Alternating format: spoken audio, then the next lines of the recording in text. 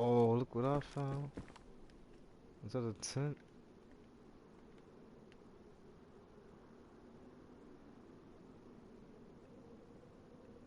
Oh shit. I need a bag.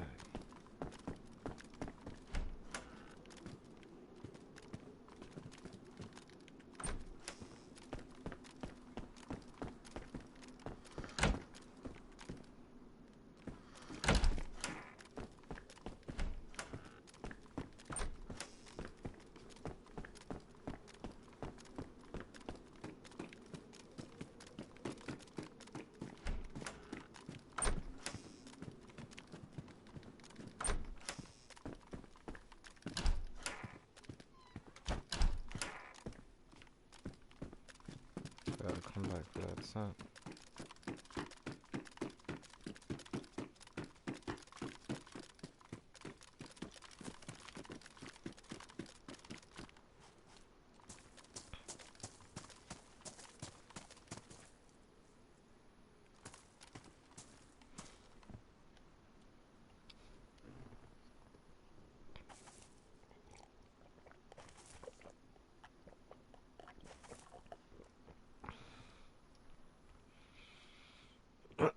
So let's see.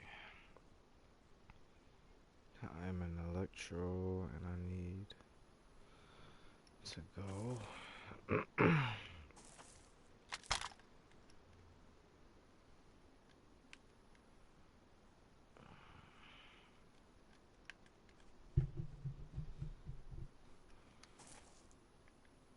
we go. This way.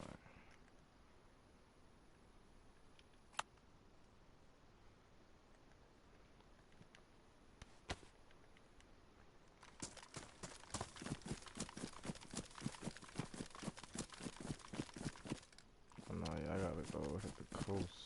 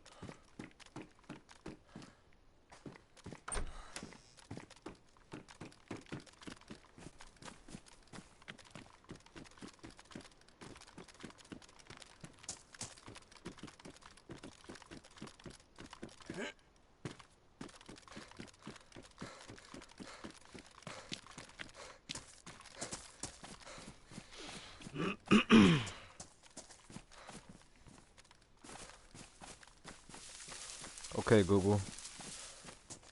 YouTube DayZ update.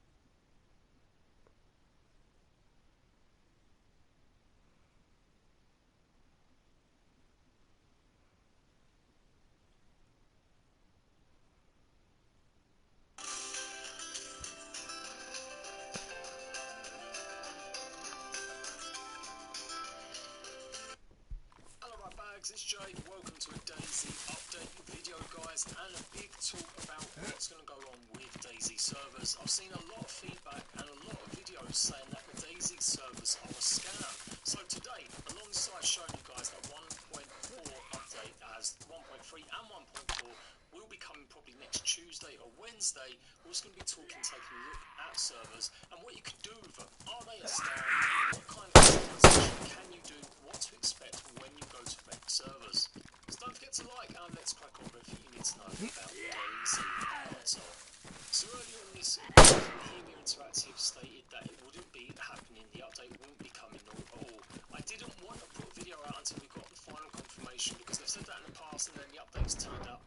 days, but it's failed. Apparently it failed the certification on PS4, and that meant it failed on Xbox because of some reasons. We're going to go into that a bit as well.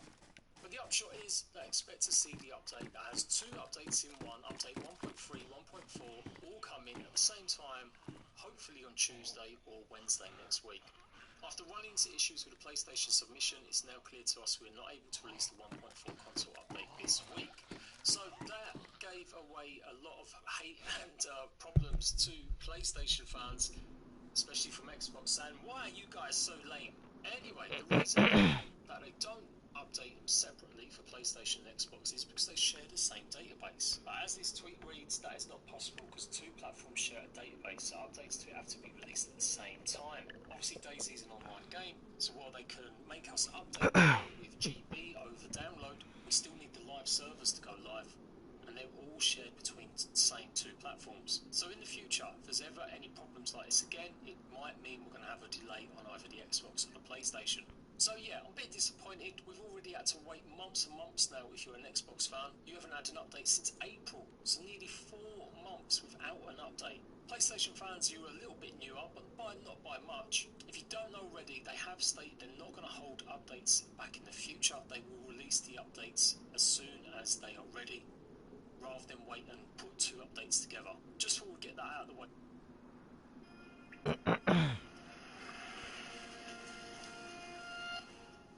One of the main reasons why to cover why you're not seeing much DayZ content at the moment, I am waiting for 1.3, 1.4 to drop. In the meantime, I have been doing lots of my DayZ miss videos just to tide the time over. Okay, let's take a look at the private server situation. So private servers do mean rentable. I wish they'd just used the words rentable. It's pretty much Bohemia's fault, there's so much confusion. I've already gone through how you can rent your own server. I'll leave the link for that in the description box down below. Guide you through the very beginning steps and just explains what the servers are. But lots of you had more questions about what you could do. I wanted to have a look and see what the difference was with a PC server, which I've got running at the moment. We're going to talk about that and see if there was anything extra we can do. And to be honest, there isn't that much. But the way the servers run is you will rent your server out, and then you can go ahead and change and customize a few options, but for sure it's lacking some really good stuff that I think it should have. So I've got a PC server running at the moment, and this is pretty much going to be exactly the same format that you'll see on a desktop. If you're using an app on your phone for Xbox or PlayStation, it may look a little bit different, but generally this is what you're going to find when you boot up a DayZ server. And there really aren't that many options. Ever since they've been reworking the engine and redoing stuff, some of the things that you could use to do on servers isn't necessarily the same. And don't forget, PC use a lot of mods. This is where they all had their mods, but of course Xbox and PlayStation aren't going to get them. So I'm going to go through the negatives of renting your own server at the moment. One, the actual default settings that you have on DayZ aren't that great. You really don't have that many options. You can take off third person, so you can make it a first person server if you want. You can take off crosshairs. You can obviously add passwords to make it private, so only people with the password can join.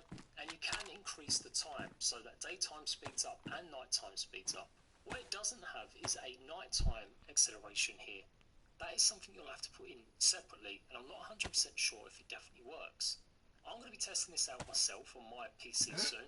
I'm going to be giving you a detailed guide going over some of the server settings to see which of these actually work. But as you can look, there's not that many. The idea that we're going to be making lots of loot spawn on your servers is a bit of a myth. As far as I'm aware, there's no way that you can swap in and swap out those different items so that everywhere gets M4s. Overall, the DayZ servers, in terms of the adjustments and customization you can do, are just really poor. For sure, they want a lot of people to use the mods. Lots of mods being made now since they released the files a few months ago. And so that's where you pop in your mods. But of course Xbox and PlayStation doesn't have these. Of course they're very different games, but I have run servers for Ark, I've run servers for Conan. I've also tried a bunch of different PC games like Citadels, Conan, all sorts.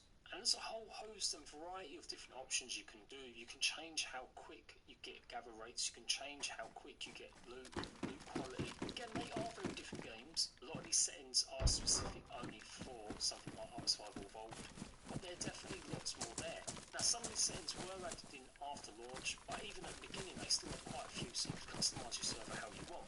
With a DayZ server, I do kind of expect to be able to increase the loot maybe a little bit. Do expect to have the option straight away available that I can increase nighttime rather than have to go around looking up wikis. But that's the problem with DayZ. It's a pretty simple game when you think about it. You could argue that maybe there should be options to reduce crafting resources, so maybe a house only needs a few planks, but then it becomes a bit unrealistic. Ark Survival World works on the basis that you harvest the tree, you get lots of different wood, because you use wood all the time, you use stone all the time. In DayZ, you can pretty much make a base with just a few planks of wood and some nails, so you can't really go around increasing the harvest rates. That I totally get. But for sure, it's a negative that you can't increase the loot as far as I'm seeing right now, and really the only things you can do is make the game private, change third person, first person, change crosshairs, accelerate the time, and untested at the moment, accelerate night time. Even if you're an admin on the server, you won't necessarily have the tools to be able to go around zooming across or go in ghost mode or anything like that as far as I'm aware. I've tried mucking around with a private server in the past. I was trying to do some content on it and I found the tools for it were really poor. That's why I ended up downloading a offline single player mode for it. To get more tools for an admin job, so say you want to go from one part of the map to the other, or you want to spawn in some items like cars, I don't think you're going to be able to do that straight away either. Again, this is something I think is really, really disappointing. At the very least, if we don't have mods, if we don't have as many options, admins should be able to spawn in whatever items they want. I'm going to dig around, and if I find a complete guide to do it, or there is a way that you can do this on your server, I'm going to obviously release it, because it'll be good for me. I can show you guys, and it's going to be good for my servers that I'm going to run.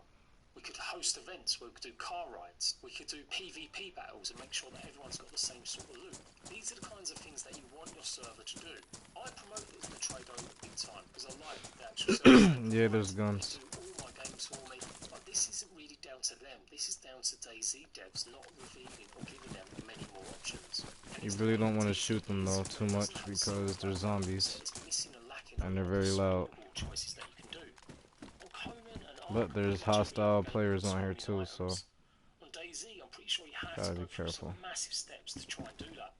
So overall, that's pretty much the negatives that I feel in hosting your own server. Now I want to talk about actually the price of it. I saw some YouTube video the other day and I commented on his video and I can't remember the dude's name. It just popped up that DayZ servers were a scam. And I thought, wow, some people I guess just don't really rent the servers out, and so it is going to seem like a scam because they can be quite expensive. But in truth, players on Xbox and PS4 have got used to renting these servers out, playing games like Ark and Conan. And pretty much this is the same sort of pricing that you'll find across the board. When you compare prices to Ark and Conan Exiles, they're pretty much the same. You can get pretty much custom presets which give you enough from 10 slots, 16 slots, 24 slots, or you just go ahead and customize it. So Nitrado and DayZ Devs Bohemia for once aren't necessarily going out for a cash grab. This is just the price of the actual servers. We could argue all day how it's too expensive, and to some extent I can agree sometimes. You already pay for Xbox Live, you already pay for the game, why have you got to pay for something else? We'll put this in context. What other games give you the option to do this? Can you rent your own servers for cheap anywhere else or any other way on console? Can you host your own servers? No, you can't. Other than having a second Xbox is what they used to do for Ark. What other... Or then you tell me if it's good or if what you're looking for. When I first got started, about a year, I was making six figures, working as an engineer. I was trying to sort of... Big games allow you to have private rental servers like this. Again, not many on console. You don't have this on Call of Duty, only on PC. None of the big companies do this, whereas literally 100 players can be running around on a server. I'd also say that normally, games like Ark and Conan, you can play single player, you can muck around and test the game, whereas DayZ is very much different because it is pretty much all based on online interaction. You can play this in offline mode like I do on my little test game. I'll be right back, viewers. I gotta get my foot out the... survival game first, rather than a PvP survival game. You've got zombies, you've got players. I feel like he was being sarcastic too. Be right back. Much better survival mechanics in it. I just thought DayZ as purely just a PvP survival game, rather than something like PvE, where you just try and survive the longest and see if you can get any bases going. But it's all down to you. End of the day, the servers are an option. They give you the option to play the game on your own or with your friends. If you don't want to be killed on site, this is the only way. I think it's a bit unrealistic to expect companies to give servers out for free that you can host 70 players on a server. No other game has ever done that. So yeah, it is a bummer for some people if they don't really want to spend money on servers. But that's what official servers are for, just carry on playing them. If you want a bit more control, you want to build a community up, you want to do events, pretty much everything I'm going to be doing, then renting the server is pretty much the only way to do it. The other aspect is, of course, though, that you can contribute to the server running. If you've got a big community and you've got 24 friends, you could literally all just put in 70 cents and that would cover the cost of the server a month. YouTubers and streamers generally have this locked down with Patreon, and you've got to be a Patreon supporter before you can join sometimes. I have a Patreon for my rap bags, but usually nowadays my servers are open for everyone. Patreon sometimes gives you a little bit of early access or some extra benefits. So this idea that it's really expensive and it's a massive scam, I don't think it's a scam. We could argue it's expensive, but it just depends on what you want the servers for. For sure, if you're going to be renting a server and it's going to have 100 slots, it is going to be really expensive. But the question is, why have you got a 100 slot server? What are you trying to do with it? Unless you've already got a big community ready to go, or you're some sort of YouTuber or streamer, you're not necessarily going to need that many slots. If you want to play with so many players, you're better off just playing official. Get people to contribute. If you really want to build a big server or you've got a big community, they should be willing to give you 70 cents a month just to play. Or go for something a bit smaller. Maybe there's only sort of 15 of you. You just want to get used to the game, or you want to do events yourself. For me, 12 quid, $15 a month.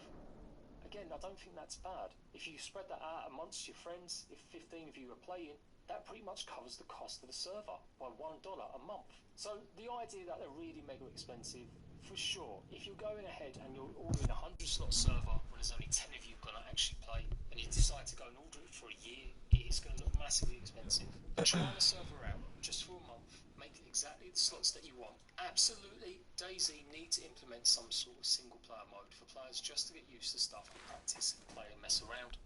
And this shouldn't be the only way that you can do this.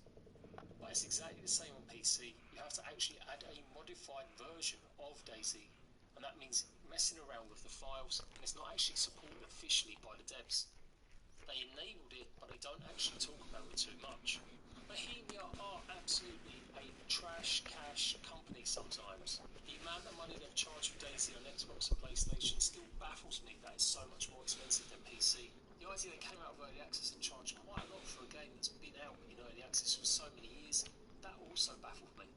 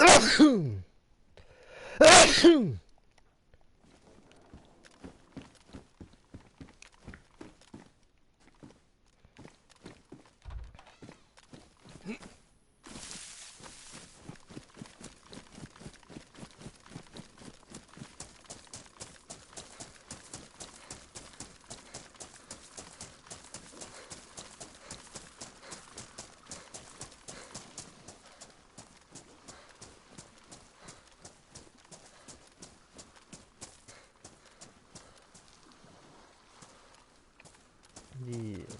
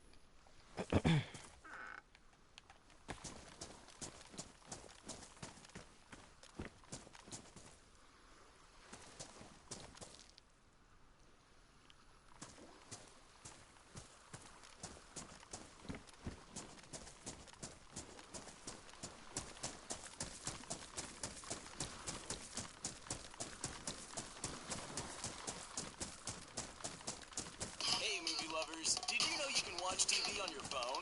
Discover over 100 TV channels. Oh, did we... Hello right bags, it's Jade. Welcome to a DayZ update video, guys, and a big talk about what's going to go on with DayZ servers. I've seen a lot of feedback and a lot of videos saying that the DayZ servers are a scam. So today, alongside showing you guys that 1.4 update as 1.3 and 1.4 will be coming probably next Tuesday. Hello right bags, it's Jade. Welcome to an Access Show special video today. Taking a look at 3 games that I covered, probably the most on my channel at the moment, or have done in the last few months. The most successful in terms of use for me, and pretty much the most time and dedication I've put into games in the last year. DayZ, Ark Survival Evolved, and Conan Exiles. So what have all these 3 games got in common? Well, you would of course say they're survival games, but unfortunately we're going to be focusing on the bad side of what they have in common today, and that is cheating and glitches that ruin the games, and why the devs just can't seem to get a handle on either of their problems. I'm doing this video because right now all 3 communities in these games, on specifically console, are really feeling like these games, these developers, are just not doing enough to make sure problems like duping and cheating and exploits aren't taken care of. Some of them are long-standing issues, and some of them have happened over time and time again.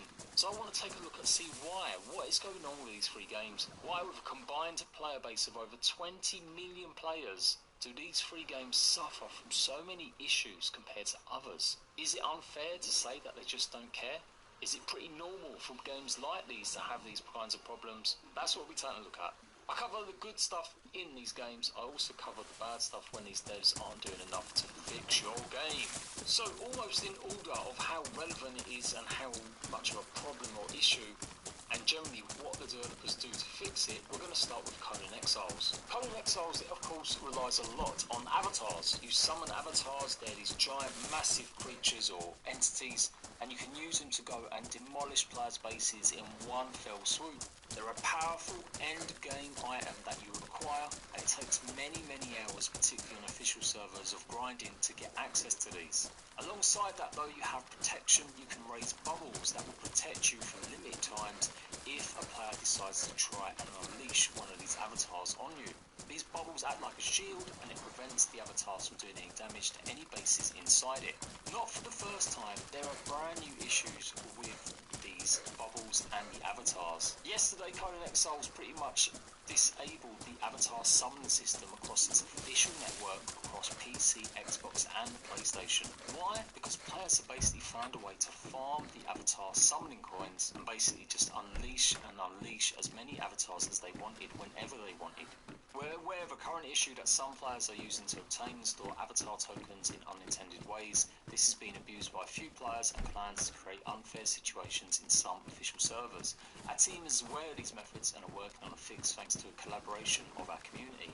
However, we do not have any estimate times regarding the launch of this fix. After discussing it internally after the last few days and examining the situation, many have reported we decided that the best way to proceed until the issue is patched is to disable avatar summoning on all official servers, all platforms, in effect immediately. They've supposedly increased their security measures to make sure players who have been negatively impacting the game via exploits, cheats and other methods cannot keep circumventing any sanctions applied to accounts on PC, and they apologise for any frustrations this might have caused. So that follows on from only a couple months ago where there was a problem with the bubbles. As I mentioned, the bubbles are a pretty core component, and basically it was discovered that every server restart on official servers and... Bro, you got the Earning app? I heard that was a scam. It's not a scam. Look, I can cash out up to $100 from my paycheck instantly. No fees, no credit. And private rentable servers that people pay money for, the bubbles weren't reenacted. So if you put a bubble up for whatever reason, the server had a problem or an issue or decided to go offline, when it came back online, the bubbles weren't there and players were able to raid freely with avatars. This took weeks to fix. In fact, it took about 5 weeks in total to get completely right. And it wasn't until their brand new big patch of content, loads of content updates, that they managed to finally enable the bubbles. So all in all, it's only been about 6 weeks since then, and so twice this year they've had massive problems affecting their servers. The DayZ situation is just as grim, if more so. Ever since the game came out on Xbox, there have been multiple issues since last year with duping. It may not be as prevalent on PC, but god tents are pretty much how players can fill up tents, which are basically containers filled with duped items, so they can replicate as many guns as they want, as much ammo as they want, and of course as much health and stuff, making bases. It's not an uncommon occurrence to run around servers filled with these type of tents, and the methods for doing so are ready and easily available. Considering this has been going around since February at least, maybe earlier than that, Bohemia have not really taken that many steps to fix it, other than mentioning it in their community posts that they are aware of the duping issues and they expect to fix them very soon with some measures in place when console update 1.4 finally launches some point this week. Part of that fix will be a character wipe. So not a great look. Duping massively destroys communities like these, particularly for games. It makes it very hard to play the game very fairly if players can have access to multiple guns stored in caches all around the maps. And this one is really bad considering how long it's been going on. Unfortunately, the king daddy of all fuck-ups at the moment is Ark Survival Evolved, particularly on their Xbox servers.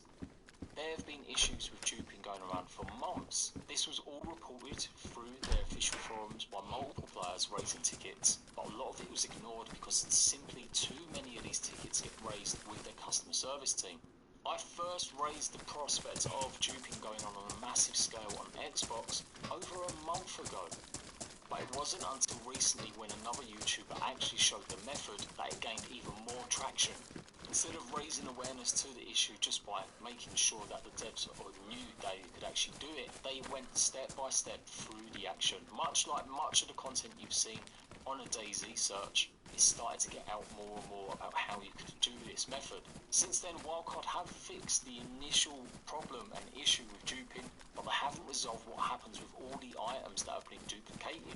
FYI, just for some younger viewers or people that really don't understand what duping means, copying items. Obviously, it's really bad news if you've got a really high level creature that can do massive amounts of damage and you're able to copy that creature and have 20 of them. In an update yesterday, Xbox survivors in 15 minutes will be disabling item transfers based on the recent duping exploits on the official network. Transfers will be re-enabled when a patch is deployed to address the exploits. It was only a few weeks ago they disabled the transfer servers once more, just to see and make sure that no one could transport any of the goods. And it looked like they thought they had fixed the problem, but clearly not. Players have still been able to use the transfer method for duping, and that's on top of other methods that were shown by an absolute dickhead of a YouTuber in this video. He actually got banned from playing the game on Xbox by the Wildcard devs because it was proven he'd been cheating in other ways. So not banned for showing off the method, and he was directly profiting from the method. In the gameplay footage he shows, he's using duped mechs.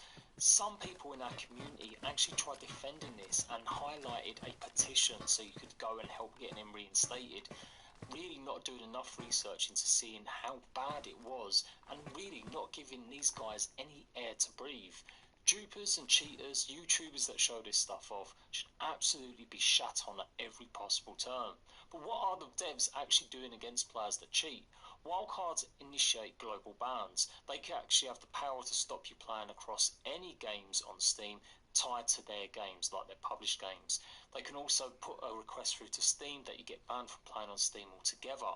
Xbox and PS4, it's a little bit different, but they can still get you banned. It takes just an extra step, and it usually comes from Microsoft or Sony first, that you'll be banned off playing Ark, and then maybe possibly more further bans like community strikes. But in the past, Wildcard for Ark have let off huge amounts of players off of certain situations when it became apparent on PC particularly. Lots of big tribes were using methods that were against terms and conditions. Instead of actually getting rid of every single tribe and every player that cheated, Wildcard just simply couldn't actually manage the task and gave them an amnesty and said if you do it again, we will take action. 2 months later, they ended up banning over 200 players in one go because of the situation getting out of hand again. So they've tried being lenient, they've tried being understanding, when really I don't think anyone cares about understanding with cheaters. If you're a cheater, if you're duping, I think you deserve to get punished. Lots of people will claim they have to dupe and they have to cheat to keep up with the big tribes, and there is an element of that. I can understand that.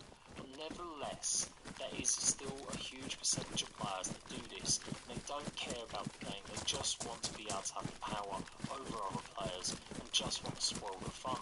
So it's not just about the players and the punishments, it's about what Wildcard, what Funcom and what Bohemia can do to stop this happening. Just in context, unlike games like Rust, Ark Survival Evolved rarely wipe their servers. In fact, they haven't wiped their servers ever. Unless a few instances where it's been a one-off on certain server boxes that might affect maybe up to 10 or 12 servers at once, the majority of their servers are persistent and have always been persistent. They have game modes that wipe every month, but the majority of official servers don't wipe periodically, just like they don't on Conan Exiles. DayZ is slightly different because people kind of expect it to happen every few months, and it's been a common occurrence throughout early access on Xbox, and even on PC it's still happening. We're going to delve deep.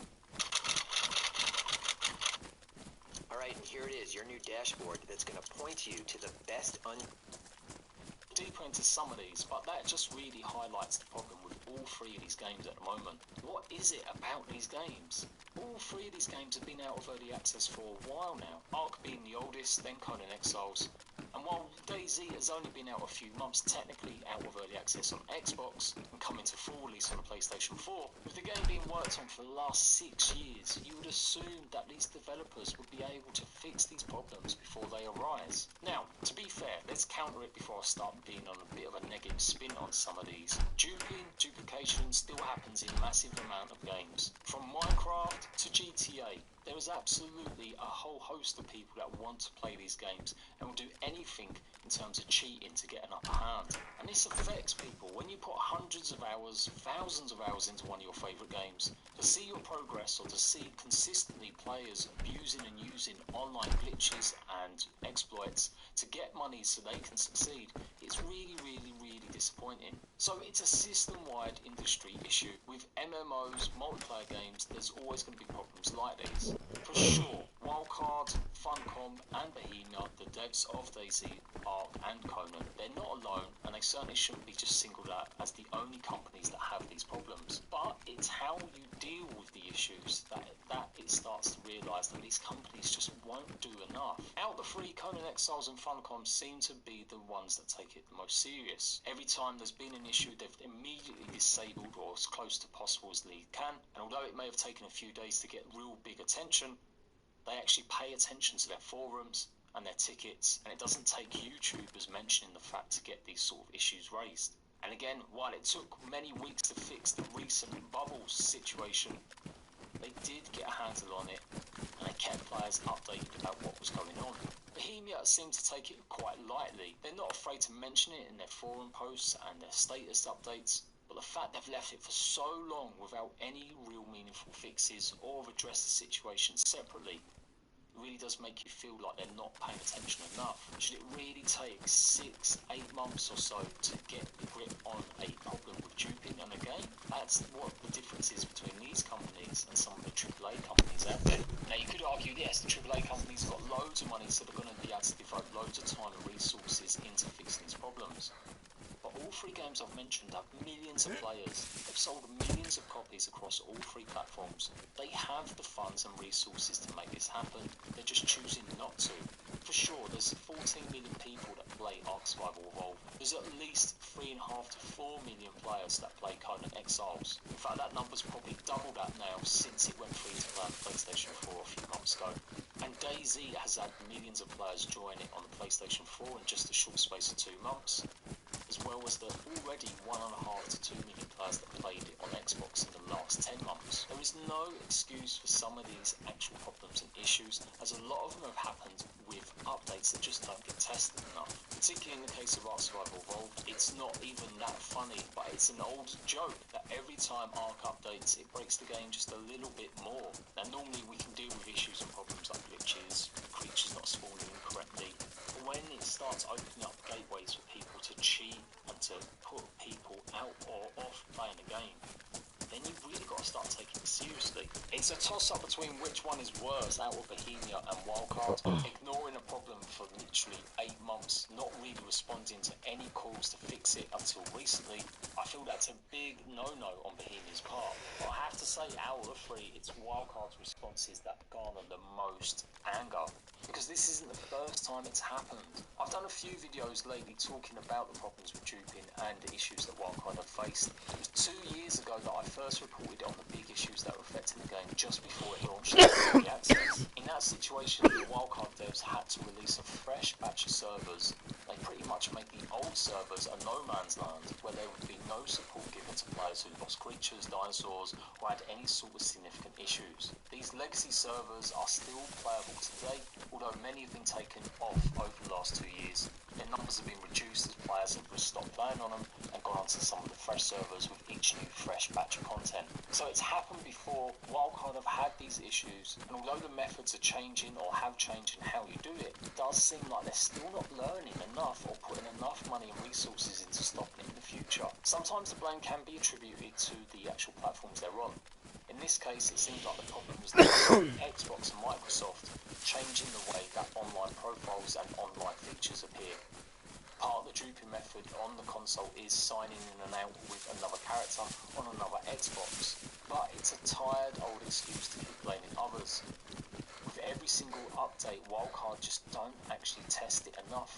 With the community manager for Ark Survival Evolved stating that they just don't Q&A enough because they can't afford the big teams that would require to do so, or they cannot actually get the level of expertise required because Ark is such a complex game.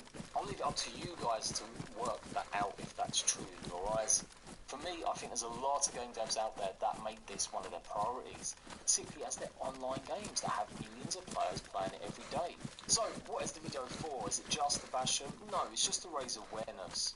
If you're someone that likes survival games, you like someone that likes to play online games, and if you play any of these free games, be aware of the situation with the problems and issues.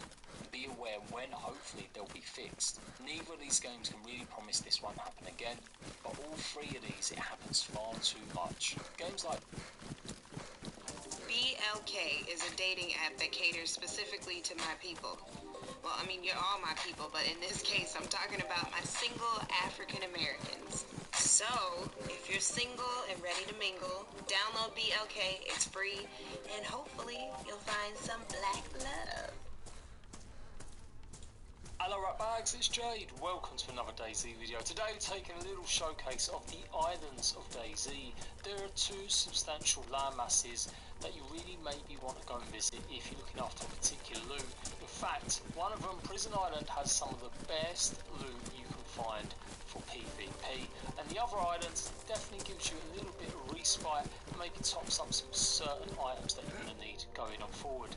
So if you can brave the chilly waters of the Baltic Sea, come with me and let's explore the islands of DayZ.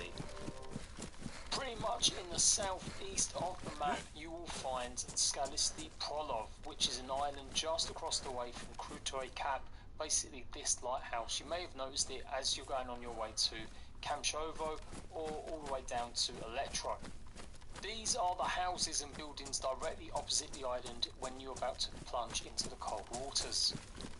This is the easiest of the two main islands that you can reach, with quite a wide range of archipelagos and smaller land masses that don't really offer too much in the way of loot, so these are the two main ones.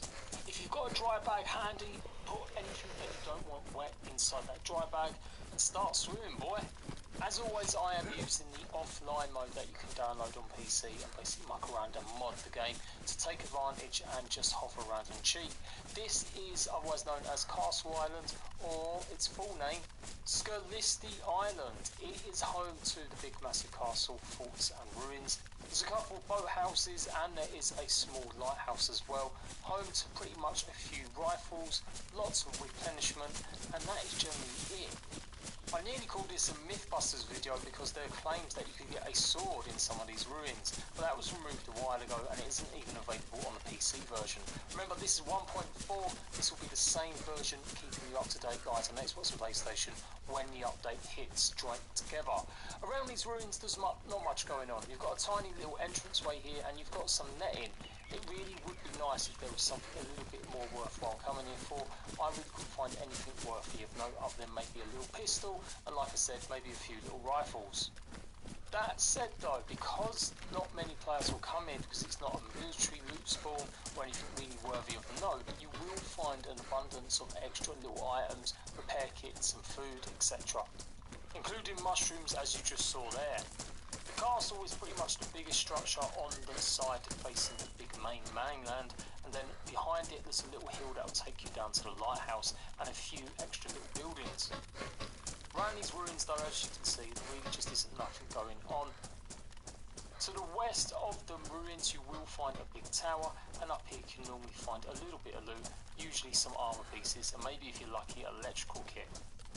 Go ahead and give it a climb just to get some bearings and see what else is going on the island. You can see there is loot spawning on each level of this tower, with some police trousers and a torch being at the top. Worth noting, as of 1.4, when you get it on Xbox and PlayStation, doing this may actually damage yourself if you're not wearing gloves, and it can now take damage on your gloves. Your gloves do have a chance of getting ruined, whereas previously before, it'd be pretty hard to ruin them. So look out for hand burn. Literally, you could cut yourself sliding down banisters and railings from now on. So back to the castle, and there really isn't anything going on other than this entrance box here. Once you've cleared this last bit area, you want to start heading down south. Obviously loot the house on the left hand side and just keep on the path as it meanders itself all the way down to the end of the island. As you're running down the path, you'll notice on the left hand side, if you look out towards the sea, a rusted shipwreck. There is nothing on this shipwreck, don't bother going for it, there's just literally nothing there, it's purely just a decorative piece. You've got a little watchtower on the left here as well. Keep pressing forward until you come to a fork. The left hand side is going to take you past some more houses, and the right hand side will eventually take you down to the lighthouse. You have got some more ruins here, but again there's pretty empty and barren. There's just nothing worthy of note of coming around this area. So the island itself is pretty large. You can see the lighthouse down the distance, and you can pretty much work out exactly what you're going to be doing. A few houses to the right with the jetty, plenty of boats to be looking for food and bottles of water.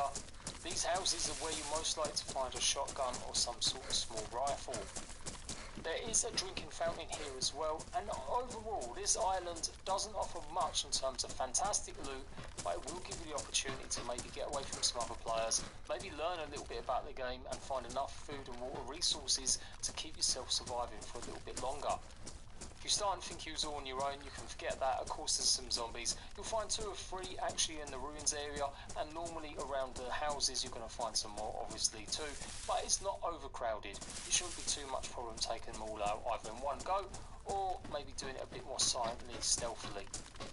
We've got dynamic boats. I've shown you guys all about them in my previous video. Go and check that out, the latest DayZ myths, and you can see it's not much else other than just check out this one house and the lighthouse. That is pretty much it on this part of the peninsula. We're going to zoom over now, and you'll just see where I'm going to explore the rest of the island just to make sure there's nothing substantial of note. And pretty much you'll find there's a few houses on the right hand coast, so at the very bottom southeast. Plenty of boats, some more ruins that don't really have anything in them. Keep going down this path and you will get eventually to more houses. And once that's complete, that is pretty much this island. You can keep going all the way around the coast and maybe find some more boats, but that is really it. So you're not really going to risk your life and limb unless you are fading away a little bit, maybe you haven't had much food or water, but if you're fresh spawn, there should be no problems in swimming across this water. There's plenty of smaller islands and inlets as well that you can jump across. You can almost hop across some of them. So use these to regain any health, any heat that you've been losing being in the cold water, and you should be okay. So, one island done. Now let's take a look at one of the best loot spots in the game. Not just for regular prisoners, Storch, its correct name, is the military prison. This is where you're going to find the biggest and baddest DayZ players in the game. You know them guys, the loot cyclers, the dupers, the hoppers. No. If only they could all be locked up here. That would be pretty cool. Imagine server hopping, and this is where you always spawned. Yes, make it happen, DayZ. Make it happen. Anywho, Storch is pretty hard to get up to. It is right in the southwest corner of the map, and it's double the distance in terms of swimming as the Linsky. So you're going to have to make sure you're prepared before you go for this one. If you're a brand new fresh spawn, chances are you'll have to make sure you get some food and water before getting here. And then if you're not, if you've been traversing the world, hopefully you've got a dry bag that you can leave somewhere safe with a lot of your belongings. Kid you not, doing it manually, it's going to take around 7 to 8 minutes to swim across to this massive island.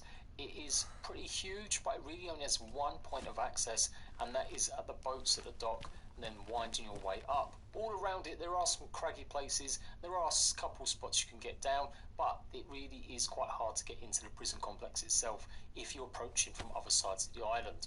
So, loot terms, you've got plenty of dynamic boats, you'll find plenty of food and resources hopefully here to keep you tied over. It's the one thing that's going to maybe be a bit lacking in the long run is, are you going to have enough food and water supplies to keep replenishing? I haven't seen a water fountain on the island, which is a bit odd considering, but there you go. Fresh water could be a bit of an issue. Lots of little places to go and get some glow sticks, of course, and eventually we're going to start climbing our way up to the hill to where the good stuff is. There is 3 civilian barracks here as well as a military barracks, giving you 4 chances to get absolutely fantastic loot if you're lucky and no one's got to it first, or it's managed to serve a restart and hopefully them M4s will be here. So you can see you've got the big tower, the prisons to the left. We're going to investigate all the buildings to the right first, and this is primarily just a little quick recce to see if there's any other food. Of course the towers are always good as well, the watchtowers. You'll always find something in them, whether it's just an ammo clip or some sort of armor piece. We've got a utility sort of shed here as well. Nothing too much, just some broken armor, broken clothing. That tends to be a bit of a thing on this island. I don't know why, but I found lots and lots and lots of damaged items. It was just lots of clothing that was damaged or nearly ruined. There's really not much going on this side of the island. You can see there a little path, a little break in the wall. That's going to give you access to go down and explore just a little bit more of the cracky area, where literally you'll only find this tiny little boat dockyard with a boat there for some loot. That's pretty much the only other places you're going to be really needing to go if you want to get every single piece of loot off the island. So back at the point that you can choose what direction you're going to be going in, and we're going to go all in on these military barracks. A whole host of items, and oh my gosh, I've never seen so many M4s as I've seen in this one location. Plenty of SG5s as well, and lots and lots of armor pieces. Not necessarily lots of vests on this occasion, more just helmets and stuff like that. But obviously it's tier grade 3 loot. This is what you're going to be finding here in terms of military loot. It's super helpful that all 3 of these barracks are literally as soon as you come onto the island, pretty much on that entrance. You don't even have to really go through the whole prison complex, but there is one more barracks that you need to go to, and I'm going to show you exactly that location. The rest of the prison itself is pretty barren. You're not going to find much unless you want to do any role play as a prisoner. That's what you're going to find a lot in the actual prison complex itself, just lots of military uniforms. And here is the first of our beautiful M4s. Look at this. In total, I think I counted about 3 or 4 on the island, and they was always alongside USGs as well, or SG5s. Although weirdly, the USGs were pretty much ruined nearly, so definitely be wary of that. I don't know what that was going on, situation with that. They're definitely going to need repairing, so make sure you've got some gaffer tape if you want to get the maximum use out of them. Just a passing comment, that's going to be more detailed in my loot video, but as far as I'm aware, loot spawns every sort of half an hour or so, depending on where you are on the map and how close you are to loot. Generally, when you get about 100 meters away, the loot will start spawning, but only if you've picked it up and sort of either kept it or dumped it somewhere. Lots of people don't like this, it's called loot cycling. If the game developers could come up with a better system, then players wouldn't be able to abuse it. And pretty much, it's just a given. You give players a chance to get some decent loot, they're going to do what they need to do to make sure they've got the upper hand. So I don't really blame anyone for loot cycling. It's just part and parcel of the game development, how they've made the game. They need to find better ways. Hopefully with the duping being fixed, and hopefully with server hopping being fixed, specifically on Xbox and PlayStation, with this update 1.4, we should see an end to some of these bad practices. But nevertheless, coming here and just cycling through, gathering all the items, is going to absolutely increase your chances of survival, particularly meaning you've got some high-powered gear. You'll notice a tiny little Easter egg just there. We're going to take a quick look at that in a little bit more detail, because it was brand new to me. I would never have thought to look inside the chimney. But you can fly up, and if you take a look, well, if you're doing this in an ever offline play mode that they ever bring out on your private server, you can see some weird image of Santa Claus, a really scary Santa Claus in the chimney. Obviously a reference to the big fat red man himself getting stuck in the chimney, but goddamn, as that is one scary Santa Claus, you don't want him to deliver your presents at night. Anywho, back outside the little headquarters of the guards area, and we're going to just go in here and go and grab some extra bits of loot. Not much really going on, apart from the zombie that just magically spawns. The zombie spawns on the island are a little bit dodgy, but it might be down to me actually flying over quite quickly. So sometimes though, I've seen some reports of players saying that there's lots of zombies, other times there's only a few. And oh boy, are you ready for the third M4 of the day, and literally even more ruined SGs? It's crazy how many there are and why they do it. There wasn't any sort of rifle bullets or ammo really much going around either, just a few mags here and there. So definitely you may need to start looking around some of the smaller tents on the mainland to get more ammo for these guns.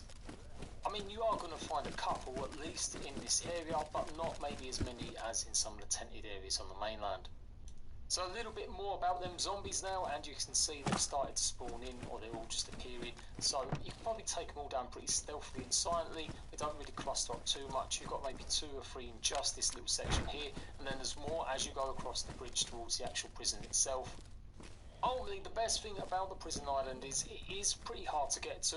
You don't really spawn on that southern half of the map as much as you might think you do, particularly in that western area, and so the amount of players that are swimming across might not be as high as you think, unless everyone is really starting this as their meta. The fact that M4s eventually are going to dry up, and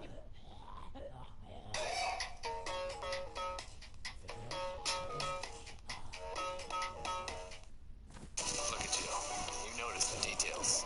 So after weeks of seeing this and unloading these and restocking floors, step by step, as well as a few tips. So let's get right on into it. Starting off with the basics on how to build your structural components and make a base. In this tent, I've assembled all the tools. First, we're going to start off with 2 ropes and a knife. We're going to use the knife to go out and cut down some bushes. Bushes are going to give you long sticks, which you can then take and split into 3 small sticks. Here, I'm going to be cutting down 2 bushes because we have 2 ropes, and I'd like to make both a watchtower kit and a fence kit. Combining them together in your inventory will allow you to have a stack of 5 sticks combined with a rope. You can craft either a fence kit with 2 sticks and a rope, or you can craft a watchtower kit with 4 sticks and a rope. Now, these are going to give you the options to lay foundation you'll later build on to make the components of your base. So we're going to grab our fence kit here, drag it over to our hands, and then find a nice place to put this down. Now, just for demonstration purposes, I'll be plopping it down wherever. This looks good, so we put it down. There, you got it. Going back in, we're going to switch over our tools, and we're going to grab an axe. The axe is very useful for chopping down wood. You can use a hatchet, but oh, 1 second. Got to deal with some zombies over here. I am trying to make a YouTube video. You annoying faces. God, they come. This is DayZ in a nutshell, just trying to do something, and zombies everywhere. All right, I think we got them all. Let's just double check here. Any more? That'll bring them. No. All right. Looks like we're good. All right, back into the guide. Where were we? Right. We're gonna be cutting down some wood so that we can get these foundations up and going. Get closer to that base that we've always dreamed of. Chopping down wood does take some time, as well as a lot of durability off your axe, so I recommend bringing a sharpening stone if you're going to be doing a lot of construction. Now that we have the log, we're going to drag it on over, drop it on the fence. The fence is going to need 2 logs, head back on over to the street, choppy, choppy, choppy, boom, another log. These are a pain to carry, but you got to do what you got to do. Throwing this axe back in the tent, we're going to be able to grab out our shovel. The shovel is only needed for part of base building, but it's one of the most important for putting up your foundations. Now that your foundations are up, you actually get your fence kit back, so you only need one of those to make as many fences as you want. Now, pop back this shovel, and we're going to grab some building supplies. A hammer, a couple boxes of nails, and then some planks, which again, pain to run, but we'll stack a couple planks on there. Now, once we've got all the planks on there, we're going to be able to interact, box of nails, toss the nails on there as well, and we're ready to build. Grab your hammer, hatchet works as well, sure you have those nails and plank slots occupied, and you'll be able to build your frame as well as the coverings on top of them. The frames are going to cost 4 planks and 8 nails each.